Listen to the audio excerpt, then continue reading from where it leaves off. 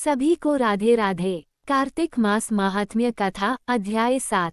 नारद जी ने कहा, हे राजन, कार्तिक मास में व्रत करने वालों के नियमों को मैं संक्षेप में बतलाता हूँ, उसे आप सुनिए।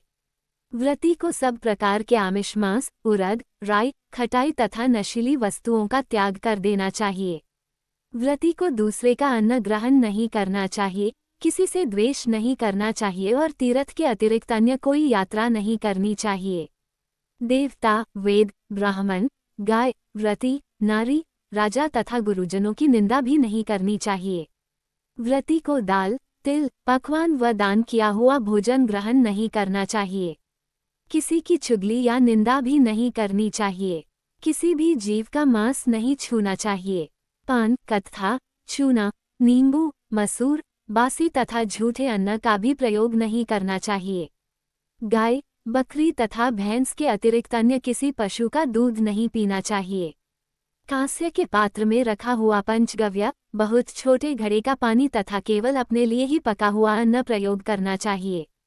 कार्तिक माह का व्रत करने वाले मनुष्य को सदैव ब्रह्मचर्य का पालन करना चाहिए।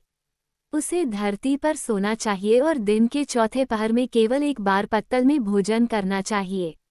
व्रती कार्तिक माह में केवल नरक चतुर्दशी, जिसे छोटी दिवाली भी कहा जाता है, के दिन ही शरीर में तेल लगा सकता है। कार्तिक माह में व्रत करने वाले मनुष्य को सिंघाड़ा, प्याज, मट्ठा, गाजर, मूली, काशीफल, लौकी, तरबूज इन वस्तुओं का प्रयोग बिल्कुल नहीं करना चाहिए। रजस्वला, चांडाल, पापी, मलेच्छ, पतित, व्रतहीन, ब्राह्मणद्रोही और नास्तिकों से बातचीत नहीं करनी चाहिए। भगवान विष्णु को प्रसन्न करने के लिए अपनी शक्ति के अनुसार चांद्रायन आदि का व्रत करना चाहिए और उपर्युक्त नियमों का पालन करना चाहिए।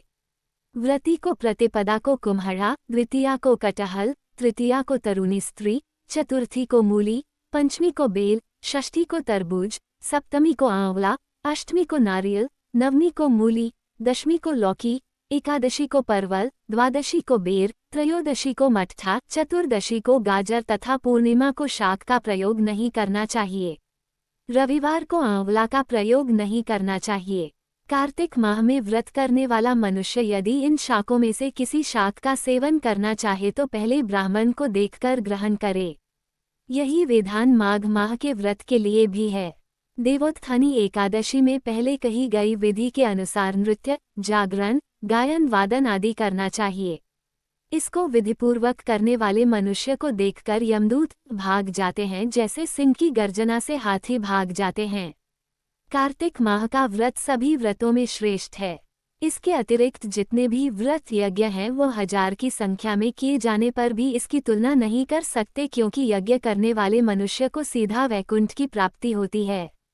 जिस प्रकार राजा की रक्षा उसके अंगरक्षक करते हैं, उसी प्रकार कार्तिक माह का व्रत करने वाले की रक्षा भगवान विष्णु की आज्ञा से इंद्रादि देवता करते हैं।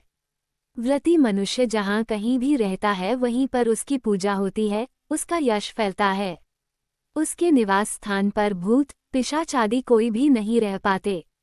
विधि पूर्वक कार्तिक माह का व्रत करने वाले मनुष्यों के पुण्यों का वर्णन करने में ब्रह्माजी भी असमर्थ हैं। यह व्रत सभी पापों को नष्ट करने वाला, पुत्र पौत्र प्रदान करने वाला और धन धान्य की वृद्धि करने वाला है।